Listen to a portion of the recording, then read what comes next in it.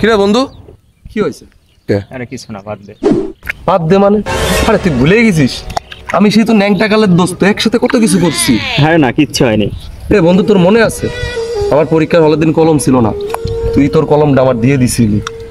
আবার এক রাত আমার বাপ মা আমার খাতে দিনে ঘর থেকে বের করে দিছিল, তুই নিজে ঘর থেকে খাবার এনে আমার খাওয়াইছিলি।